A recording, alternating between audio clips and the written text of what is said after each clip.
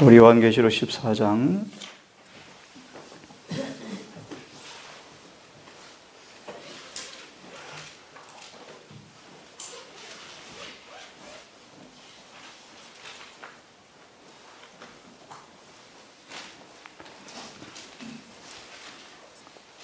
요한계시록 14장은 크게 세 부분으로 나눌 수 있다고 생각이 들어지는데요. 1절에서 5절의 말씀은 세 천사의 기별을 통하여서 짐승의 표를 승리하고 이긴 사람들의 하늘에 가 있는 모습을 미리 보는 말씀이 1절로 5절의 말씀입니다. 다시 말하면 세 천사의 기별의 결과로 짐승과 우상과 표를 이기고 승리하여서 이마에 인을 받아서 하늘에 가 있는 미리 승리해서 가 있는 모습을 미리 기술하는 것이 1절과 5절의 말씀입니다.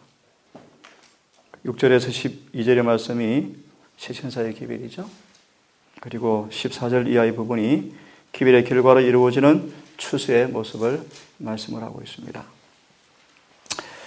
자, 우선 6절과 7절의 말씀을 함께 읽은 다음 우리 시간 첫째 천사의 기별에 관한 내용이 무엇인가에 대해서 예언의 신을 중심으로 내용을 먼저 한번 살펴보도록 하겠습니다. 자, 6절과 7절의 말씀, 우리 천천히 다 아시는 말씀이지만 다시 한번 깊이 생각해 보시면서 함께 봉독하겠습니다. 6절과 7절의 말씀. 자, 시작. 또 내가 보니 다른 천사가 땅에 거하는 자들 곧 여러 나라와 족속과 가문과 백성에게 전할 영원한 복음을 가져다가 그가 큰 음성으로 부르되 하나님을 두려워하며 그에게 영광을 돌리라. 이는 그의 심판하실 시간이 이르렀으니 하늘과 땅과 바다와 물들의 근원을 만드신 이를 경배하라 하라. 우리 시간에는 이 첫째 천사의 기별에 관하여서 예언의 신에서 이 기별이 무엇은 기별인가, 기별의 목적이 무엇인지에 대해서 한번 먼저 보고 차근차근 우리 공부를 좀 해보겠습니다. 자, 이런 말씀이 있습니다. 사람들은 자기들의 위험을 깨닫고 은혜의 끝과 관련된 엄숙한 사건들을 위해서 준비할 필요가 있다. 이 말씀의 부원에서 대정토 이런 말씀이 있습니다. 그리스도의 말씀으로 제자들에게 미래가 펼쳐졌던 것처럼 우리 앞에는 예언으로 미래가 분명하게 펼쳐져 있다. 특별히 뭐가 펼쳐져 있습니까? 은혜 시기의 끝과 환난의 때를 위한 준비에 관련된 사건들이 분명하게 기록되어 있다. 뭐가 기록되어 있다고요? 은혜식의 끝이 언젠가 그걸 말하는 것이 아니고요. 은혜식의 끝과 환난의 때를 위한 준비에 관련된 사건들이 분명하게 제시가 되어 있다. 그죠? 키포인트는 준비에 관련된 사건들을 가리킵니다. 은혜 시간의 끝을 명시한 적은 한 번도 없습니다. 그죠? 그러나 많은 사람들은 마치 이 중요한 진리들이 무엇입니까? 언제 은혜식이 끝날 것인가에 관한 계시는 없지만 그 은혜식의 끝을 위해서 무엇을 준비할 것인지, 어떤 준비를 해야 할 것인지, 그죠? 그런 계시는 뭐에 있다? 분명하게 우리 앞에 밝혀져 있다. 그래서 24장의 말씀을 공부했지만 이러므로 너희는 무화과 나무의 비유를 배우라 라고 말씀하죠. 그죠? 이와 같은 일들이 일어나거든 인자가 곧 문 앞에 이른 줄을 너희가 알라. 이 말씀을 드리면 이제 이미 다 지나간 얘기지만 셋째 천사의 기별이 선포된 지가 오래 지났습니다. 지난주 공부했지만 다니엘 12장 4절과 8절에서 두 번 걸쳐서 다니엘은 언제 이 모든 일이 끝나겠습니까? 그죠? 그 구절 내리시는 그렇게 주석합니다. 다니엘은 두 번씩이나 반복해서 물었다. 언제쯤 모든 것이 끝나겠습니까? 끝은 분명히 올까요? 두려운 얘기인데요. 갑자기 온대요. 갑자기요. 두려운 얘기입니다. 그죠? 갑자기 온대요. 자, 근데 많은 사람들은 마치 중요한 진리가 그들에게 전혀 계시되지 않았던 것처럼 그것들을 깨닫지 못하고 있다. 지난주 우리 마지막 때가 시작이 되어지면서 우리의 주어진 현대 진리가 어떤 것인가를 공부하면서 우리 몇 가지를 공부했죠. 마지막 때가 언제 시작이 되었고, 마지막 때가 시작이 되어지면서 분명한 예언의 이정표가 정확하게 이루어져 가면서 마침내 다니엘 8장 14절이 오픈되어지면서 정한 때 마지막 현대 진리가 우리 앞에 이르러 왔죠. 그 기밀이 이르러 온 지가 벌써 백수십 년이 훨씬 지나버렸습니다. 언제쯤 주님이 다시 오실까? 언제쯤?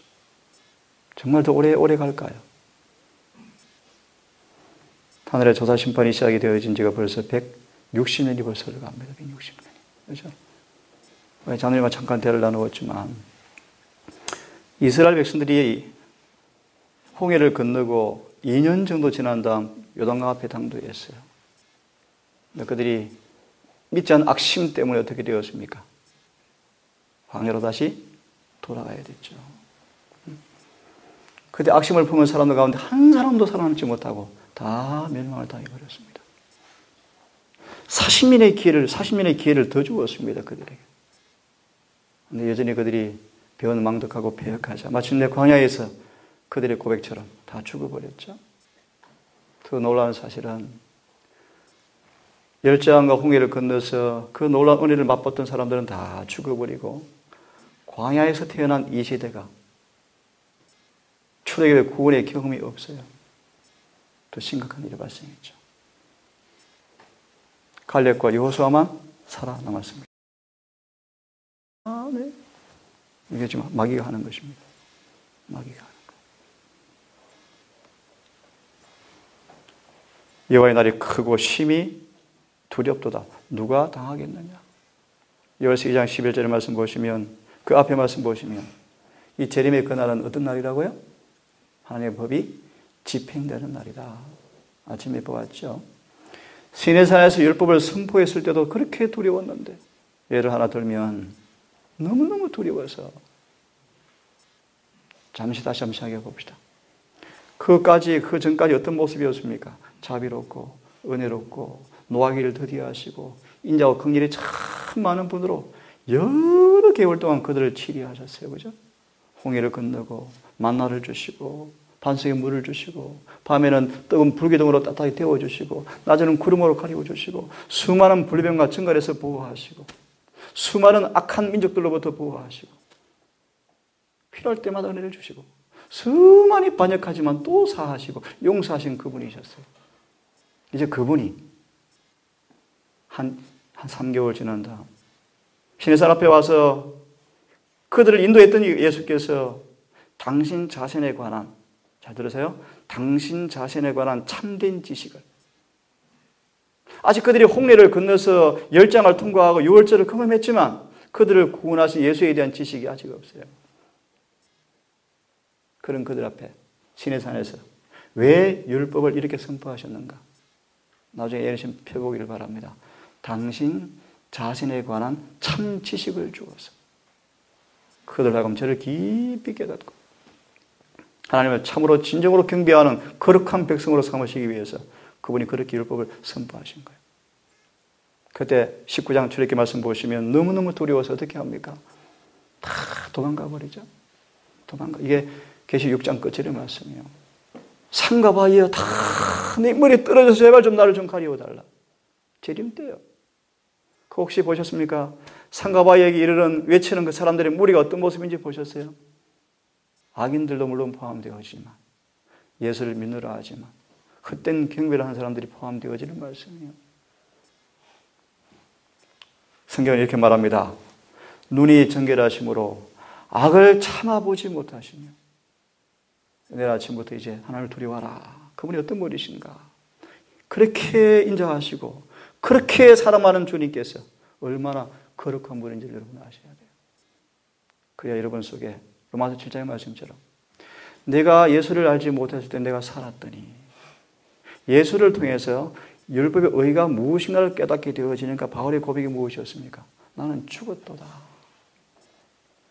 거룩하고 고상하고 관대하고 외적으로 흠이 없고 진실하고 충성스러웠던 이 사도 바울이 율법에 관한 한 흠이 없다고 자부했던 바울이, 잘 들으십시오, 예수님을 만나고 그 예수를 통해서 비로소 율법의 진정한 깊이와 넓이와 높이를 보게 되었을 때 고백이 무엇이었습니까? 나는 죽었다. 나는 죽었다. 우리 그 경험을 하셔야 돼요. 그래서 이 첫째 천사기를 연구할 때 제가 그런 경험을 도와드리고 싶어요. 하나님께서 얼마나 거룩하신 분이신지, 눈이 얼마나 정결하심으로 머리털 하나 죄도 그분은 넘어가지 않습니다. 철저하게 드러내시고 철저하게 회개시키시고, 만약에 머리털 만한 죄 하나까지라도 회개하지 않고 남겨두시면 우리는 구원을 잃어버립니다. 그런 부분을 공부할 거예요. 눈이 정결하심으로 악을 참아 보지 못하시고 패역을 참아 보지 못하시는 분이 재림하실 것입니다. 이런 말씀이 있습니다. 나의 하나님이시여, 우리가 주를 아나이다. 호세아 8장 2절의 말씀이에요. 이렇게 부르짖으면서도 하나님의 언약을 범하고 다른 신에게 예물을 드리고 죄를 마음에 감추고 불의한 길을 사랑하는 자들에게 여호와께서는 이렇게 말씀하십니다. 어찌 어두워서 빛이 없음이 아니며 깜깜하여 빛남이 없음이 아니냐? 그 다음 잘 중요한 말씀. 그때 내가 등불로 예루살렘에 들어 찾아서 무릇 찢기같이 가라앉아서, 찢기같이가 뭡니까? 찢기같이. 이게 라오디가 교인들을 가리켜, 라오디가 교인들을. 물이 흘러들어오는 것도 없고 나가는 것도 없습니다. 그래서 가라앉아서, 찢기가 딱 가라앉아 있죠. 뜨뜻미지근한 재림교인들을 가리켜요. 그들을 뭐 하겠다요? 등불로 샅샅이 찾아서. 조사심판이 무엇입니까? 교회 안에 예수를 믿노라라는 사람 중에서 누가 진짜 여인인지 아닌지를 골라내는 것입니까? 맞습니까? 조사심판이요. 그들이 뭐라 그럽니까? 여호와는 복도 내리지 아니하시고 화도 내리지 아니하시리라 라는 사람들을 철저히 찾아서. 왜 스바냐 1장 12절의 말씀이 있는 줄 아십니까? 간단히 말할게요. 간단히. 이사야, 예레미야를 통하여, 에스겔을 통하여 백수십 년간 주님께서 계속 너 심판한다, 심판한다, 회개하라 계속 외쳐왔거든요. 근데 백수십 년이 지나도 아무 일도 안 생기는 거예요. 그들이 마음속에 뭐가 생겨요?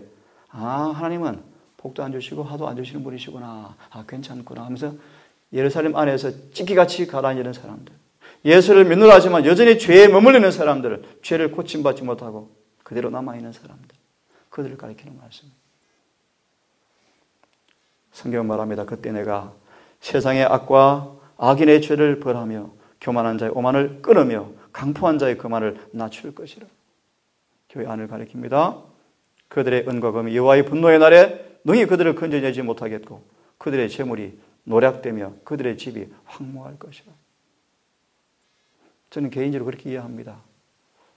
우리 앞으로 어떤 큰 역사가 일어날까 외적으로 저는 그것은 별로 기대하지 않아요.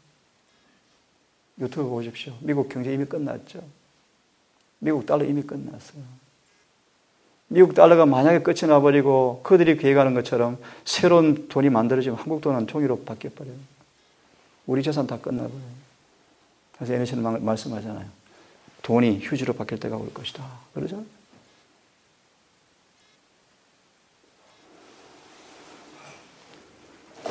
자,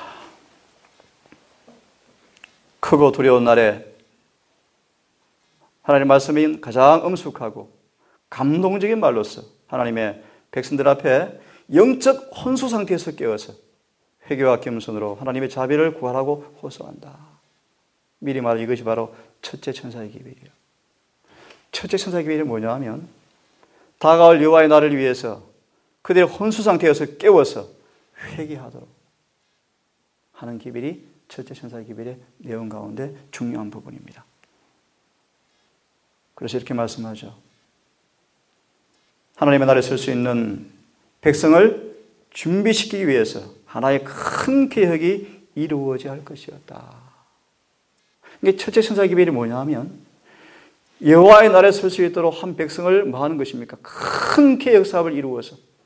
계획이 뭘까? 이 계획이. 이게 이사야 58장의 사업이에요. 무너진 율법을 수부하는 것입니다. 또 쉽게 말하면 우리가 법대로 살지 못했던 모든 죄를 철저히 회개하고 우리 모든 삶을 율법과 조화되는 삶으로 나아가는 것을 가리켜서 큰 개혁사업이라고 말씀하시는 것입니다. 왜냐하면 심판날의 표준은 무엇입니까? 하나님의 율법이죠. 율법이요.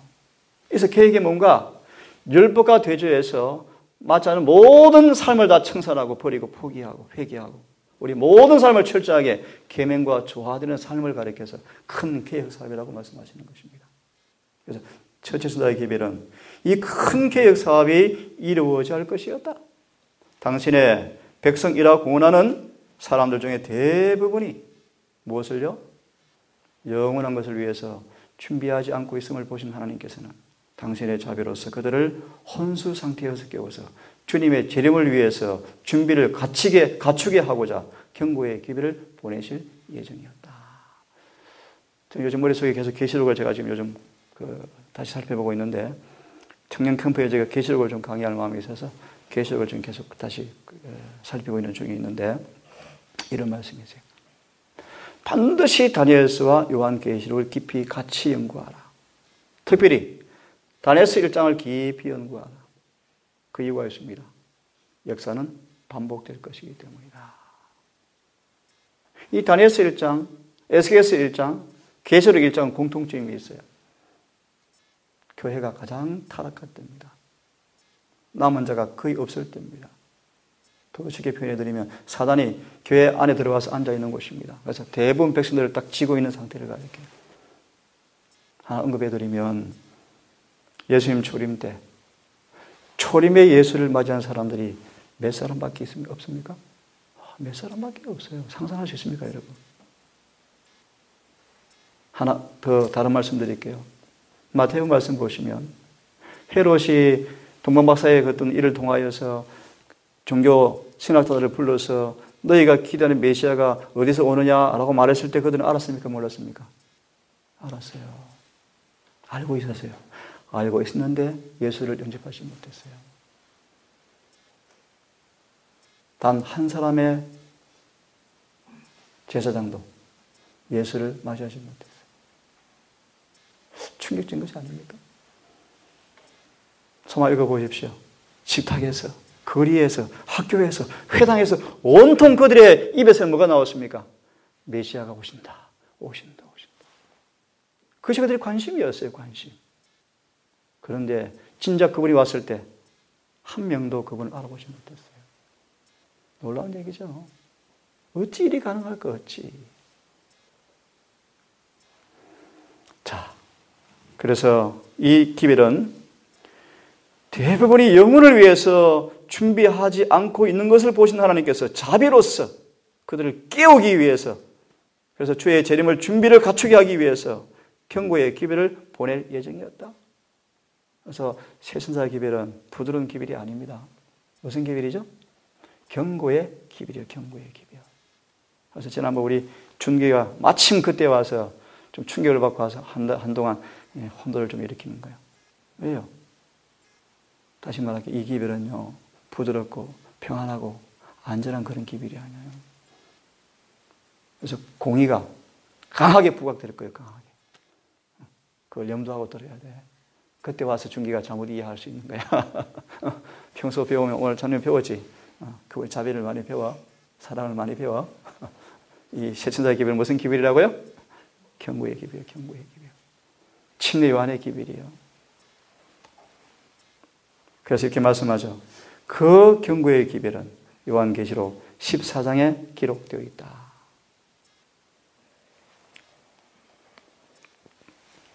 첫째, 특별히 경고의 기별이 기록되어 있는데 경고의 첫째 기별은 뭘 선포하는 것이죠? 심판의 임박함을 선포하는 것이 첫째 순사의 기별의 핵심이에요.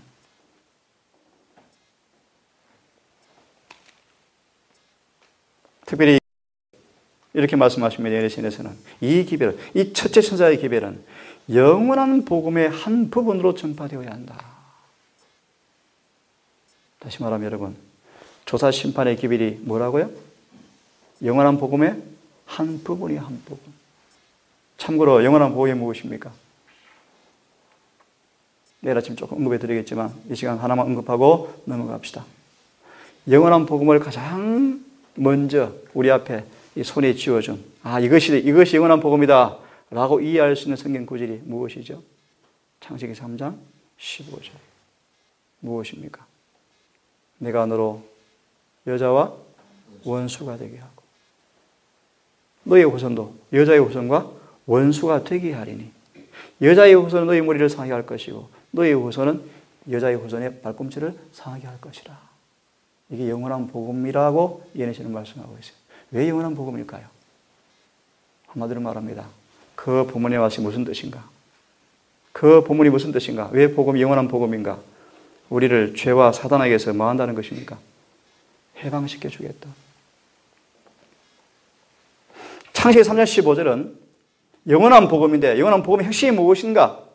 죄와 사탄의 권세에서 뭐 하겠다는 것입니까? 영원히 자유케 해주겠다. 어떻게 해요? 원수가 되게 하리니 어떻게 해요? 대전투 그 말씀을 보시면요. 우리 안에 그분의 사랑이, 그분의 은혜가, 아시죠? 우리 안에 그분의 사랑과 은혜가 성령을 통해서 주입되어지면 이렇게 글을 쓰고 있습니다. 내 마음속에 무한한 사랑, 그분의 은혜가 마음속에 흘러들어오면 누구를 통해서? 성령을 통해서 우리에게는 죄와 사단과 원수가 되어지고 나를 지배하던 죄의 세력은 부서져 버리고 죄에서 해방되어진다. 이것이 복음이에요. 복음. 이것이 복음이에요. 그래서 복음을 경험해야 구원받는 말이 그런 뜻입니다. 그 영원한 복음의 한 부분으로 첫째 천사의 기별을 통해서 뭐가 선포되어지는 것입니까? 심판요. 특별히 하나 언급합니다. 이 심판의 결론이 뭡니까? 우리를 죄의 기록에서조차도 자유롭게 만들어버립니까? 맞습니까? 정말 자유죠. 정말 복음이죠. 정말 복음이죠.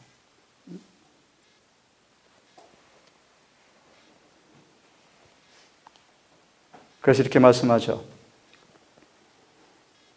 교사 심판의 핵심의 내용을 이렇게 언급합니다. 예언시에서는 성소를 정결케 하는 일은 제사장이 하는 일 중에 제일 연중 봉사의 맨 마지막 것이었다. 우리 교인들 이걸 좀 알았으면 좋겠어요.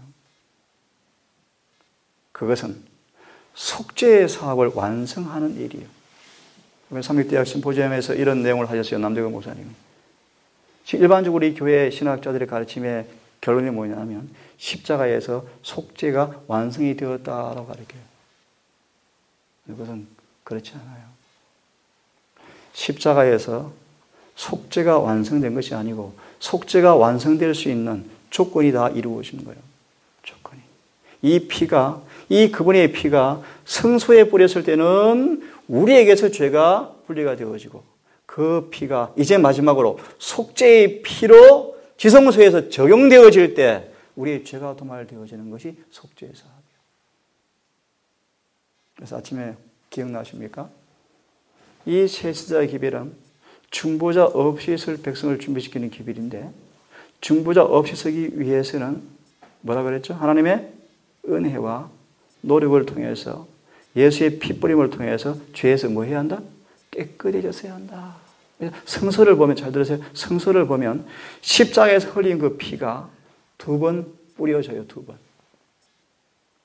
그것이 성소 철책간에 휘장에 뿌릴 때는 용서가 주어지고 그 피가 속죄소에 뿌려지면 속죄가 이루어져요. 다시요. 이 피가 십자가의 피가 휘장 안에 들어가서 성소 철책간에 휘장에 뿌릴 때는 뭐가 이루어진다고요? 용서가 이루어 용서. 용서 속에 어렵다 하심이 다 포함되어져요. 어렵다 하시면 2가지가 있죠. 뭐와 뭡니까? 칭의와 승화요. 이것도 하나 짚고 넘어갑니다. 오늘 교회가 승화는 거의 강조하지 않아요. 칭의로만 구원이 이루어진 것처럼 착각하고 있죠. 이것도 틀렸어요. 칭의와 승화는 분리될 수 없는 한 가지. 그래서 용서의 과정, 이 피가 휘장에 뿌려지는 그 경험을 통하여 우리 안에서 이 2 과정이 다 경험이 되어져야 돼요. 그럼 조사지만이 뭔가? 누가 진짜 용서받았는가? 맞습니까? 그거 하는 거예요, 그거. 진짜 누가 용서받았는가? 뭐로 알아져요, 뭐로? 성화되었는가? 그거요. 맞습니까? 성화의 표준이 뭐예요? 율법대로 살았는가? 맞나요? 그럼 그 열매는 뭐예요? 예수님 닮았는가? 그거요. 그거요. 그래서 이제 그들에게 이제 그 피가 지성소에 가서 속죄소에 뿌릴 때는 어떤 일이 벌어진다고요? 죄가 용서가 아니에요. 용서가 아니에요. 뭐가 이루어져요? 도말요, 도말.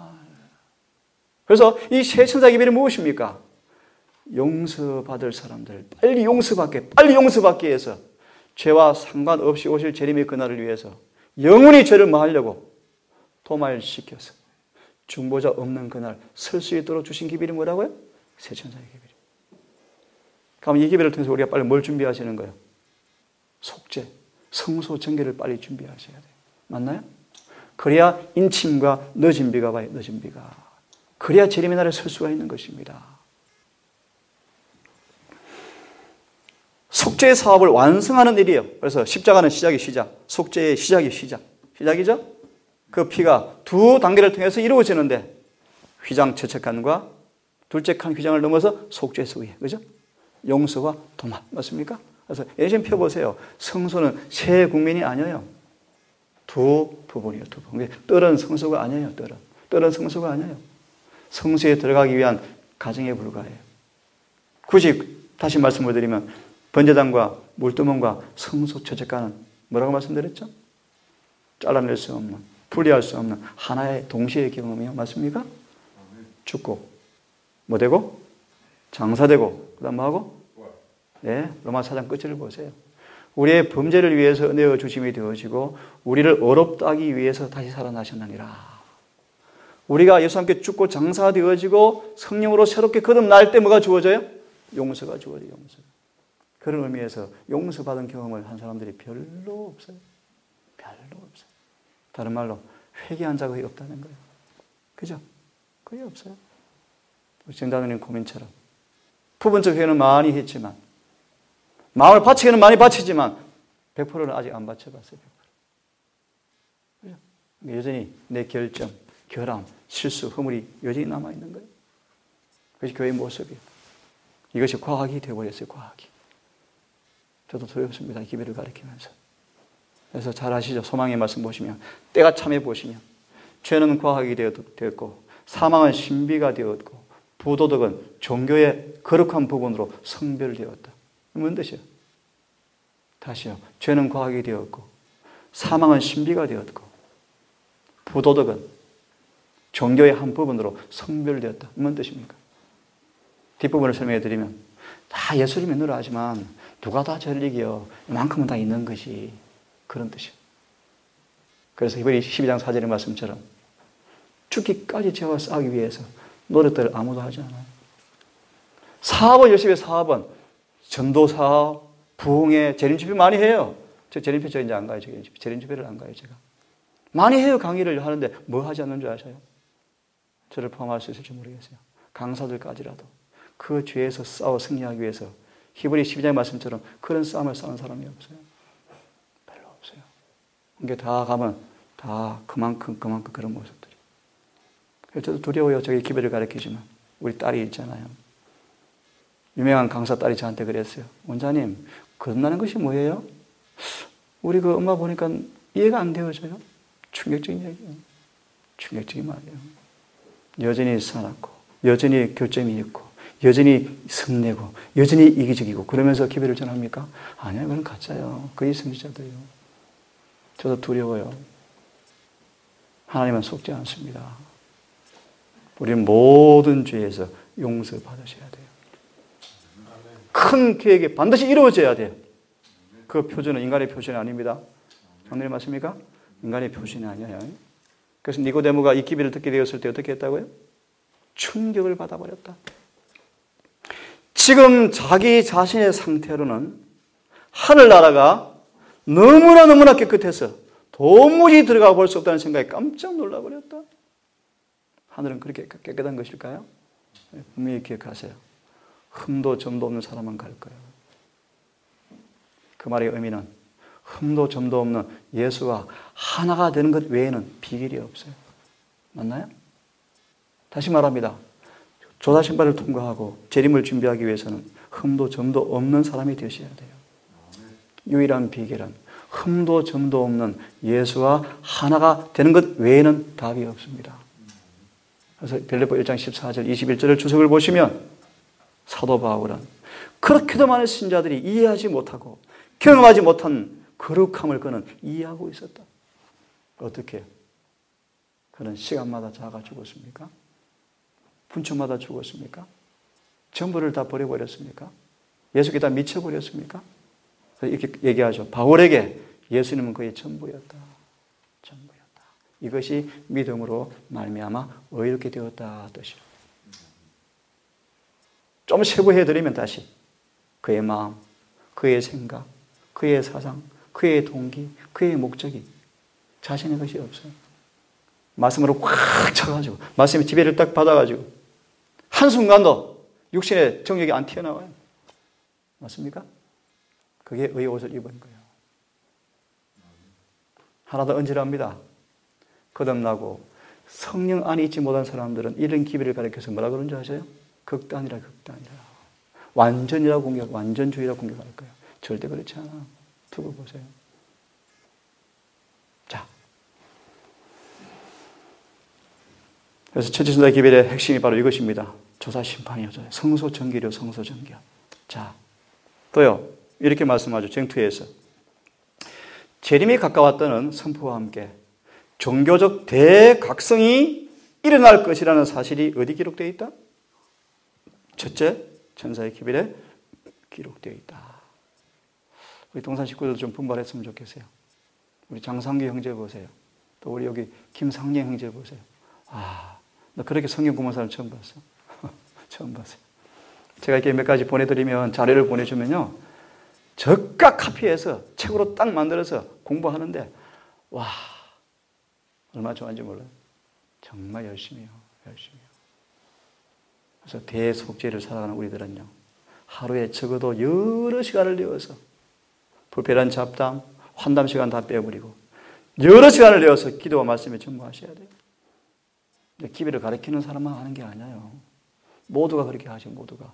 그래서 시골생활 하는 거예요. 시골생활. 시골생활이 입니다. 저 너무너무 감사해요. 이번에 목사관 가보니까요, 성경 연구할 시간이 한 번도 없대요. 충격적이죠. 충격적. 그래서 내가 이번에 다짐을 받았어요. 목사님, 꼭 내 말 들어가세요. 한나절은 절대 아무 데 가지 마시고 말씀 연구하십시오. 그래서 교인들한테 공포를 했어요. 내가 공포를. 목사님 괴롭히지 마시고 한나절은 말씀 연구하도록 도와주십시오. 3월은 교회를 참여시키지 마십시오. 아이들만 키우게 해달라고. 여기 다짐을 받고 내려왔어요. 기별을 연구할 시간이 없어요. 기별.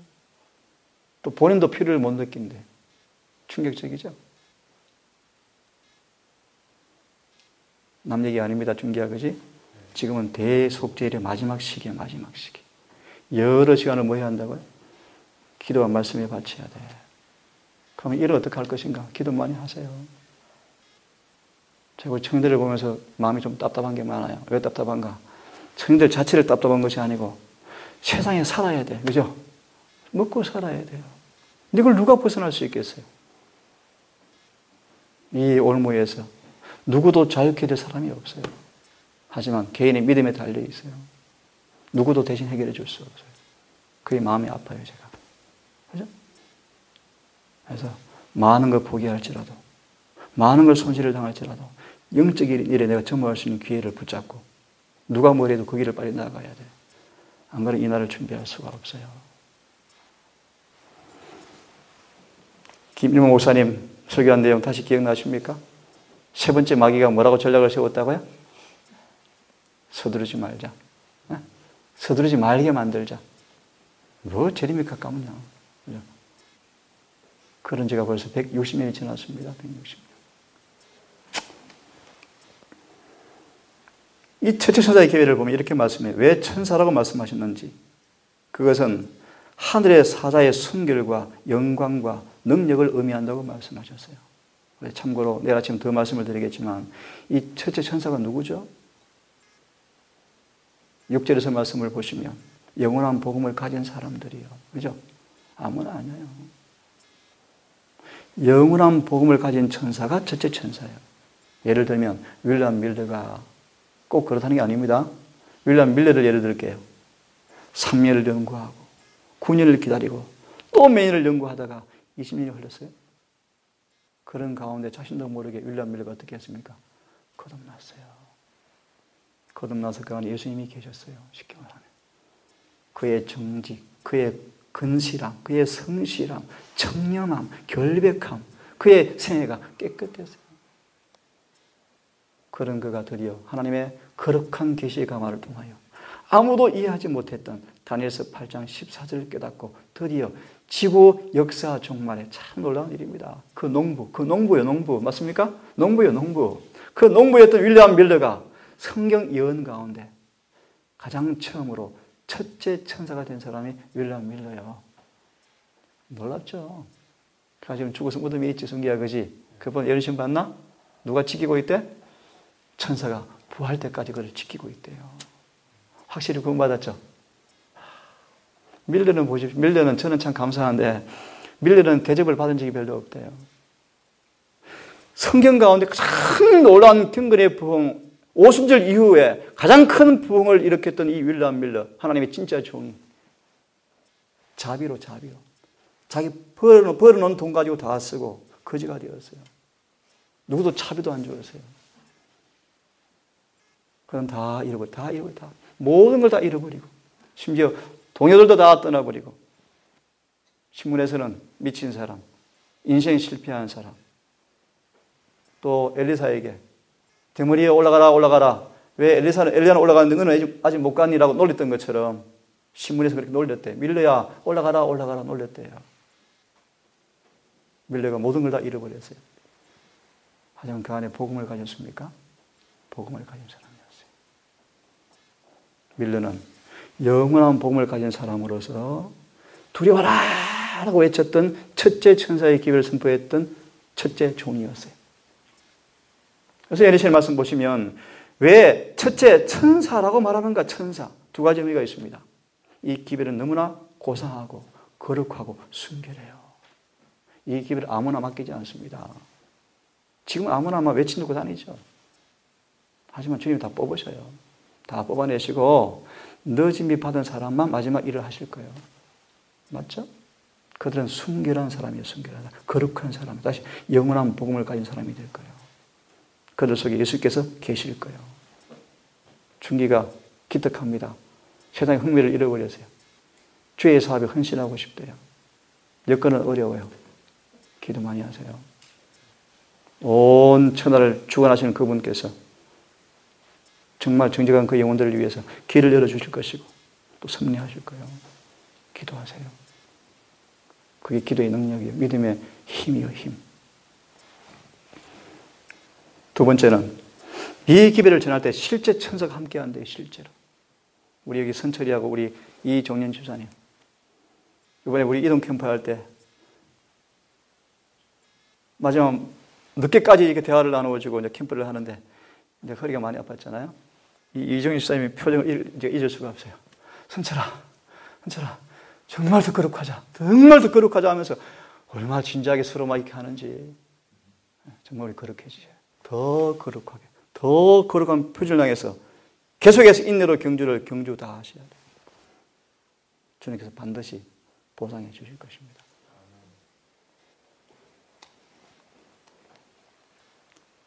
특별히 이 첫째 천사의 기별을 연구해 보면 뭘 우리가 하나 또 이해할 수 있는가? 그 운동이 일어날 시기에 대하여 빛을 비추어 준다. 무슨 뜻인가 하면 첫째 천사의 기별을 연구해 보면 이 첫째 천사의 기별이 예언 가운데서 이 운동이 확실하게 언제 일어날 것인가에 관해서 확실히 다니엘서에 공개해 놓았어요. 참 놀라운 얘기예요. 다시 말합니다. 이 첫째 천사의 기별을 공부해 보면 다니엘서를 통해서 이 첫째 천사의 기별이 마지막 때가 되어지고 해와 달의 별의 징조와 지진과 무화과처럼 별이 떨어지는 사건을 통하여 징조가 이루어지면서 정한 때가 되어지니까 정확하게 주님께서는 미래를 통해서 이 기별을 선포하시면서 드디어 세상은 마지막 추수의 기별이 선포되기 시작했어요. 그 결과로 제7일 안식일 예수 재림교회가 탄생했어요. 이걸 부인하면 큰일 나버려요. 자, 그럼 다음에 언급하고. 자, 또요. 이 중요한 말씀이에요. 한번 읽어봅시다. 그러나, 시작. 그러나, 이 기별이 뭡니까? 첫째, 천사의 기별이요. 시작. 이 기별은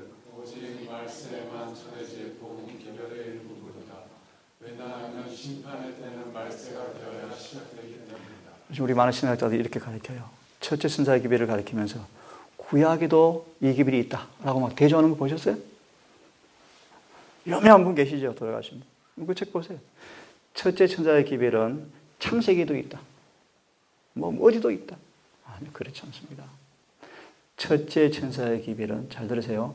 말세에만 외쳐지는 기별이에요. 누구의 말씀이에요? 쟁투 355페이지 말씀이에요. 왜요? 첫째 천사의 기별에서 말하는 심판은 그냥 심판이 아니에요. 1844년 정확하게 성경에 예언된 대속죄일 성소정결이 시작되어진 10월 12일에 시작된 그 심판의 기별은 오직 언제만 외쳐지는 기별입니까? 말세에만 외쳐지는 기별이에요. 이것이 첫째 천사의 기별이에요. 우리 엊그제 정장님 말씀하신 것 우리 아시죠? 이 기별이 외쳐진 모습을 하나 봅시다.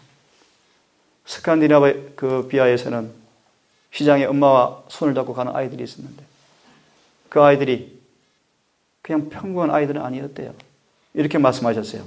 6세 내지 8세 아이들이 있었는데 그들은 생활을 통하여 그들이 구주를 사랑하고 하나님의 거룩한 명령을 순종하고자 노력하고 있다는 것을 증가했는데 이런 아이들이었어요. 아무나 까부는 아이들이 아니었어요. 이번에 제가 갔는데 5학년 여자예요. 기특하대요. 새벽기도를 참석하는데 너무 좋아요 애가요. 신기해요. 너무 좋아요 애가. 너 왜 그래? 그냥 좋아요. 그 와서 예배기 계속 참석하는 거예요. 안식일도 제가 나올 때까지 떠날 때까지 안 가려고 기다리는 거예요. 또 가는 거 보고 싶다고. 좀 이상하죠, 그죠? 물어서 야 뭐가 좋니? 그냥 좋아요. 좋대요. 아이들도 복음을 이해할 수 있어요. 능력을 이해할 수 있어요. 경험할 수 있어요. 그럼 이 아이들이 뭐라고 외쳤을까요? 이렇게 외쳤대요. 그들은 백성들의 죄를 책망하고 뭘 책망해요 아이들이? 죄를 책망하고 또요 부도덕과 범죄를 정죄하고 또요 세속적인 것과 배도한 일을 꾸짖고 장차 이 말 진노에서 피하도록 청중들에게 엄숙히 경고하였다. 이게 첫째 천사 기별의 모습들이에요. 앞으로 이렇게 내가 외칠 거예요. 이제. 그런 말씀을 그렇게 연구할 거예요.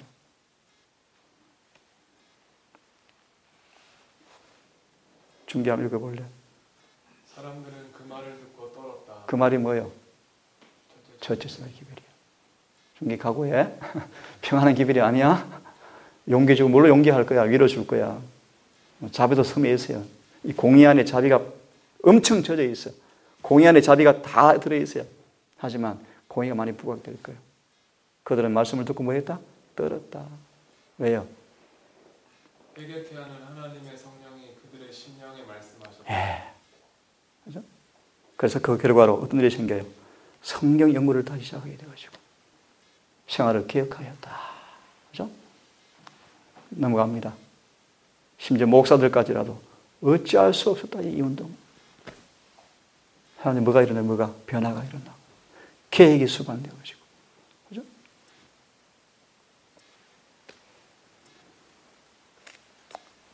도처에서 엄숙한 증거의 소리가 들렸고 죄인들을 경고하고 세상 사람들과 교인들에게 다 같이 장차올 진노를 피하라는 경고가 주어졌다. 마치 침례 요한처럼 나무 뿌리에 도끼를 넣고 뭔 뜻입니까? 나무 뿌리에 도끼를 넣고 회개에 합당한 열매를 맺으라고 권고하였다. 이 뭔 뜻입니까? 어디에 도끼가 놓여요? 나무 뿌리에. 더 이상 회개하지 아니하면 자비가 없다는 거예요. 자비가.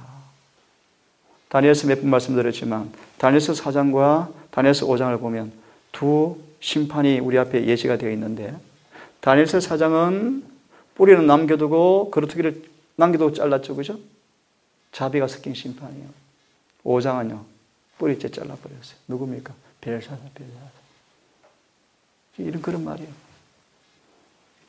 490년 70일에 동안 주님께서 이스라엘 백성을 위해서 오래 참으시고 회개하라고 선포하셨어요. 재림교회 주님께서 벌써 100수십 년간을 오랫동안 회개하라. 첫사랑을 회복하라. 또 미지근한 상태에서 빨리 벗어나라 라고 100수십 년간 계속 외쳐왔어요. 지금. 근데 가면 갈수록 교회는 어떻습니까? 더 미지근해져요.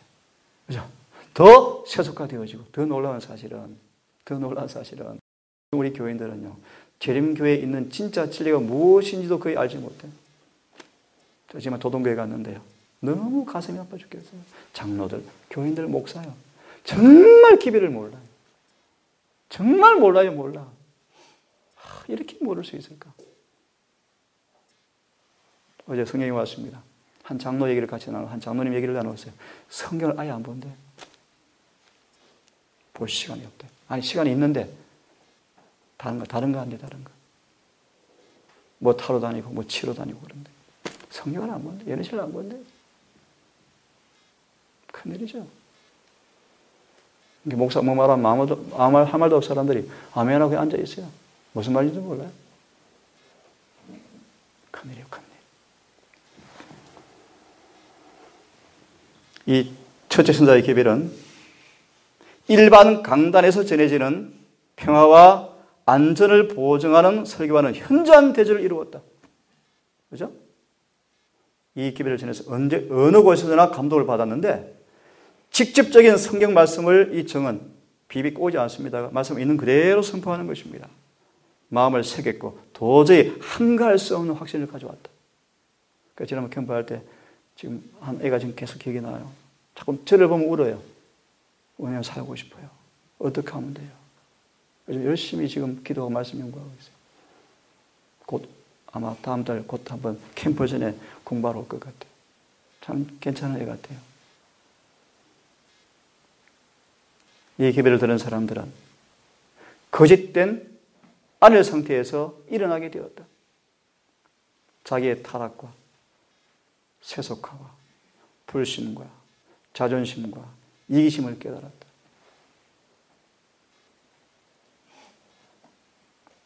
많은 사람들이 회개하고 겸손한 마음으로 주님을 찾았다.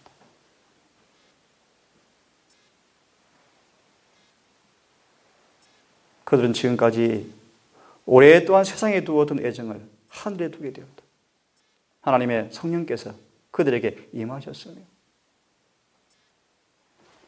첫째 천사의 기별이 선포되었을 때 오는 결과의 모습들. 이것이 경험되어지면 우리가 지금 뭐 하고 있는 사람들이요? 이 기별을 체험하고 있는 사람들이요. 맞습니까? 특별히 다시 하나. 세상에 두었던 애정은 다 철수되어 버리고 하늘에 마음이 딱 붙들어 메워져 버렸다. 이 경험을 하는 사람들은 첫째 천사의 기별을 체험하는 사람들이에요. 이기심, 세속과 불신, 자존심 다 녹아져 버리고.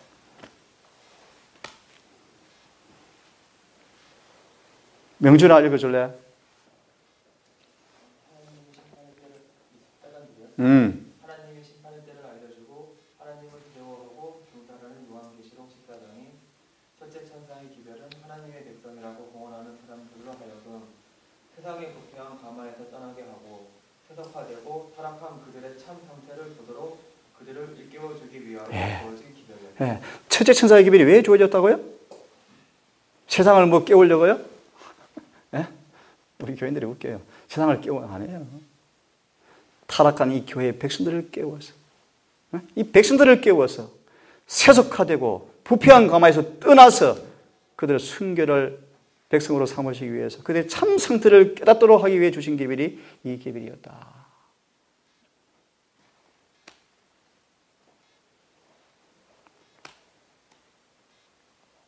이 기별을 통하여서 일어난 운동을 마태복음 25장 말씀하시는데 이렇게 말씀하셔요.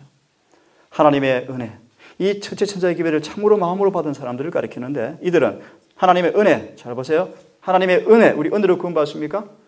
이건 안식일에 제가 한번 그 설교를 한번 할까 싶어요. 다시 한번 교인들을 위해서. 하나님의 은혜, 곧 거듭나게 해주고 심령을 깨우쳐주는 성령의 능력을 받았는데 은혜가 뭡니까? 하나 정리합시다. 은혜가 뭡니까? 이게 은혜예요, 은혜.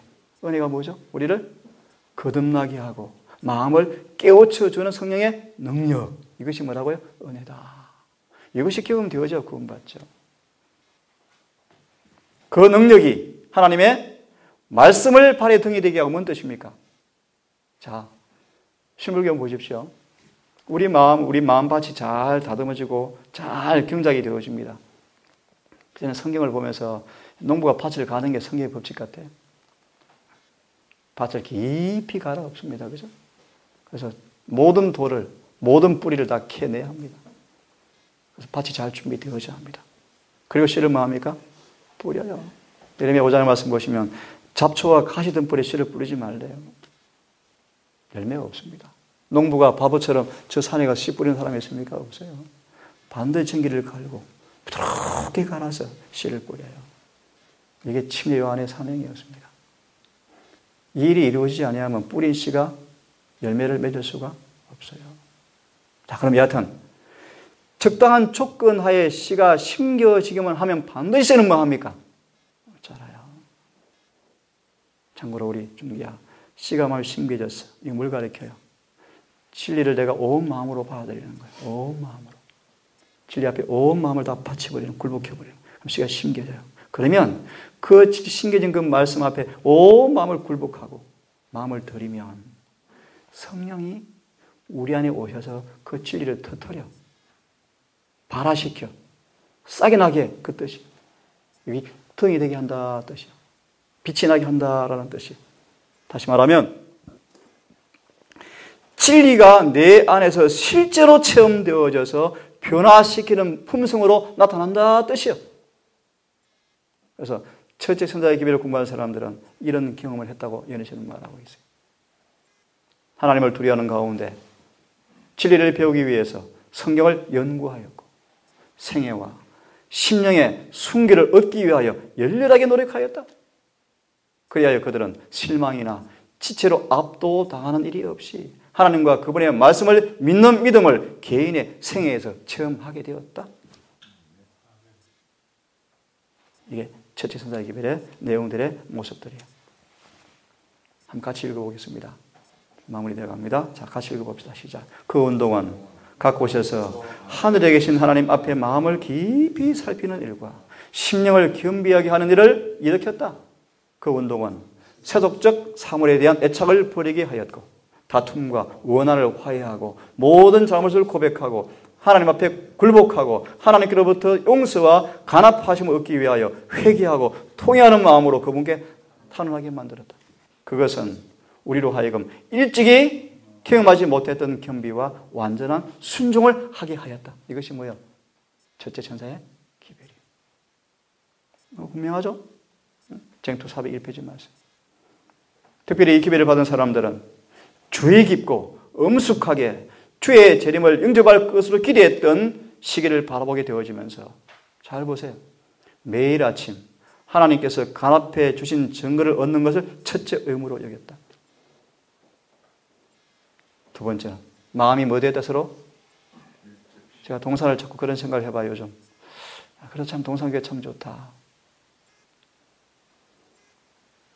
오늘 교회에 사랑이 없어요. 교회 안에 사랑이 다 식어져 버렸어요.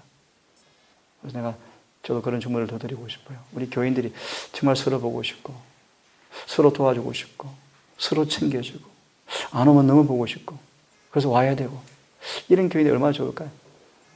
오는지 안 오는지 가는지 안 갔는지 교인들이 아니에요. 교인이 아니고 한 지체가 아니에요. 그래서 이런 교회, 사랑이 뜨거운 교회, 그죠?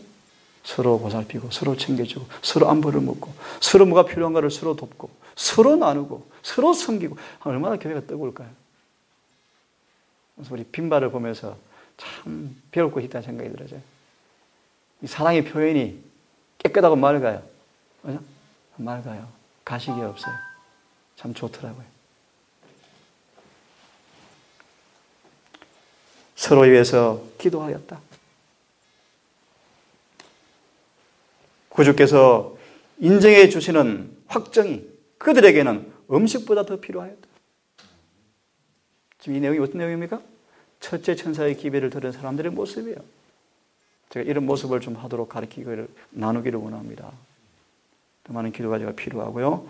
능력이 필요합니다. 용서해 주시는 은혜를 받은 증거를 느끼게 될 때 그들은 자기들을 진심으로 사랑하는 구주께서 나타나기를 사모하였다. 여러분 주님 재림 사모하십니까? 그냥 사모하면 큰일 나요. 이 경험을 하셔야죠. 그죠? 그래야 사모되어지죠. 밀레가 한 고백인데 넘어갑니다. 넘어가고 이 말씀 보고서 오늘은 마무리를 하고요. 내일 아침 복음을 가졌다라는 말의 의미를 좀 더 말씀을 드리고 두려워하라라는 말씀을 같이 한번 살펴보도록 하겠습니다. 자, 이거 읽고 오늘은 마치겠습니다. 그리스도의 중보사업과 하나님의 율법의 영원성에 관한 빛을 받아들인 사람들은 첫째 천사의 기별의 내용이 뭘까요? 그분의 중보사업, 또요 율법의 영원성. 그래서 요한계시록 14장에 제시가 된 기회 진리임을 발견하게 되어지고 그들이 뭐합니까? 그들의 모든 생애를 율법과 조화되는 삶을 살기 위해서 뭐합니까? 계획하는데 그 중에 하나가 뭐죠? 안식일을 회복하죠.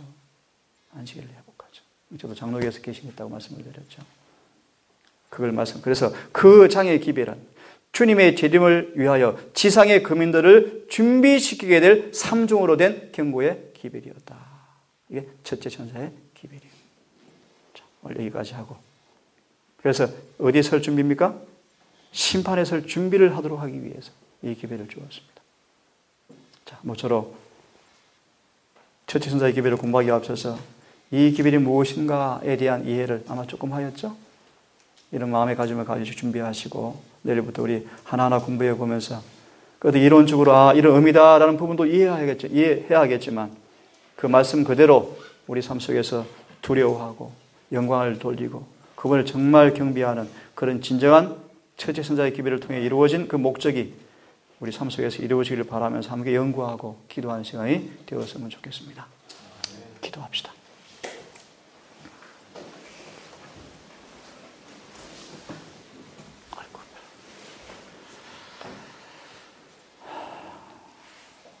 이 엄청난 주님의 기별 앞에 영원 전부터 예정된 첫째 천사의 기별의 운동의 시기를 이미 성경은 예언하시고 우리가 부인할 수 없는 그 기별의 결과로 이 교회가 만들어졌고 그 기별의 결과와 사명을 위탁받은 우리가 이 마지막 교회로 부름받은 사실을 우리가 알게 되어집니다. 우리 왜 사는지, 왜 존재하는지, 무엇을 위해 살아야 하는지를 다시 한번 자문해 보았습니다.